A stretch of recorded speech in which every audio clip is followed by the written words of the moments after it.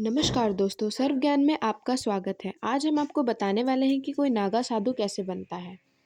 कहाँ से आते हैं कुंभ और क्या है ईसाई परंपरा, जानिए पूरी कहानी। दुनिया का सबसे बड़ा मानव मेला महाकुंभ यूपी में शुरू हो गया है।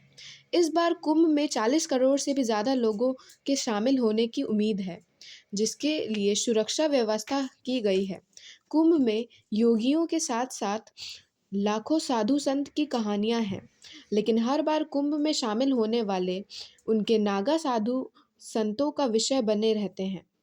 नागा साधुओं के बिना कुंभ की कल्पना नहीं की जा सकती। आइए जानते हैं कि एक संत नागा संत कैसे बन सकता है और यह परंपरा कब से चली आ रही है। कुंभ में नागा साधु। कुंभ के दौरान नागा साधु विभिन्न आखड़ों में आमंत्रित स्नान करते हैं, जहां महिला नागा साधु भवना वस्त्र धारण करती हैं। नागा नान कभी भी सार्वजनिक रूप से नग्न नहीं होते हैं।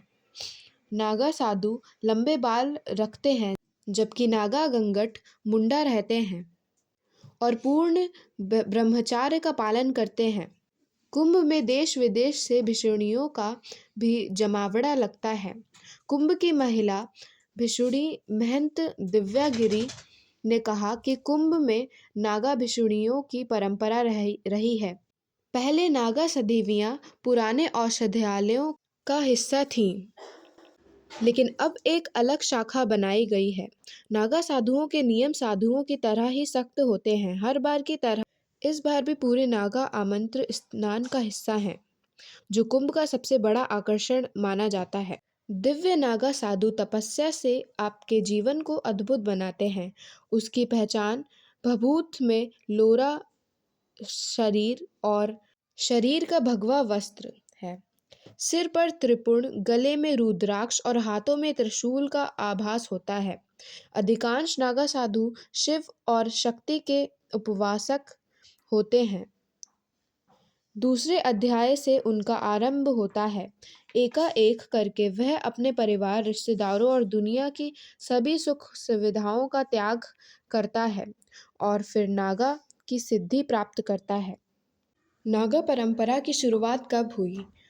कुंभा के प्राचीन वैद्यों के स्थानपति धनानंद गिरी का कहना है कि संत समाज और पूर्वजों से नागा की डिग्री प्राप्त करने वालों की को ही नागा बने रहना चाहिए। जो नागा दिगंबर होता है, वह समय पर धर्म का प्रचार करने के लिए आता है। लेकिन उस साधु के जीवन का क्या उद्देश्य है? जो जीवित रहा, उसने अपना अंतिम संस्कार अपने हाथों से किया। योद्धा के रूप में नागा साधुओं का रहस्योद्घाटन कम ही होता है, लेकिन इतिहास गवाह है कि जब जब धर्म की रक्षा का आखिरी प्रयास हुआ, तब तब नागा साधुओं ने धर्म की रक्षा के लिए न केवल हथियार रखे हैं, बल्कि अपनी जान पहचान या लेने वाला धर्म की रक्षा भी की है। नागा साधुओं ने सनातन को बचाने के लिए अपने समय में बड़े पैमाने पर युद्ध भी लड़े हैं।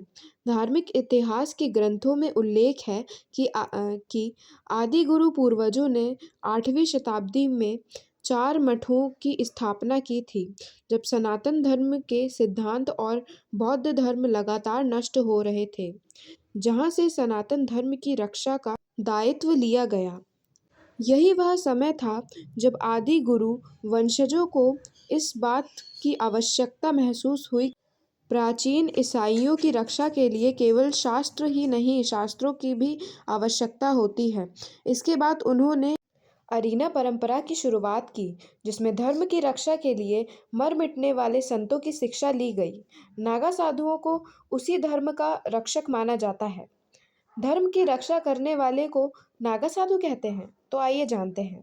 धर्म की रक्षा के मार्ग पर चलने के लिए नागा साधुओं ने अपने जीवन को बहुत कठिन बना लिया है कि वे विपरीत विचारधारा का भी सामना कर सकते हैं, क्योंकि जब कोई अपने जीवन में संघर्ष नहीं करता रहेगा, तो वह धर्म की रक्षा कैसे कर सकता है।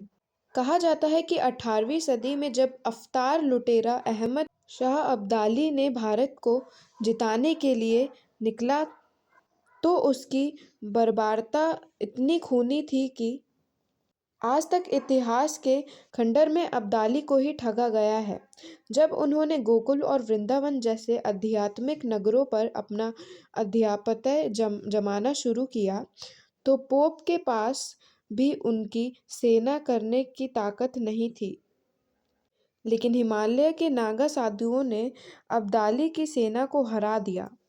तो दोस्तों, आज हमने आपको बताया कि नागा बाबा कैसे बनते हैं और क्या है इन नागा बाबाओं का रहस्य। तो अगर आपको हमारा वीडियो पसंद आए तो इसे लाइक करें, मेरे चैनल को सब्सक्राइब करें और ज़्यादा से ज़्यादा शेयर करें। Thanks for watching.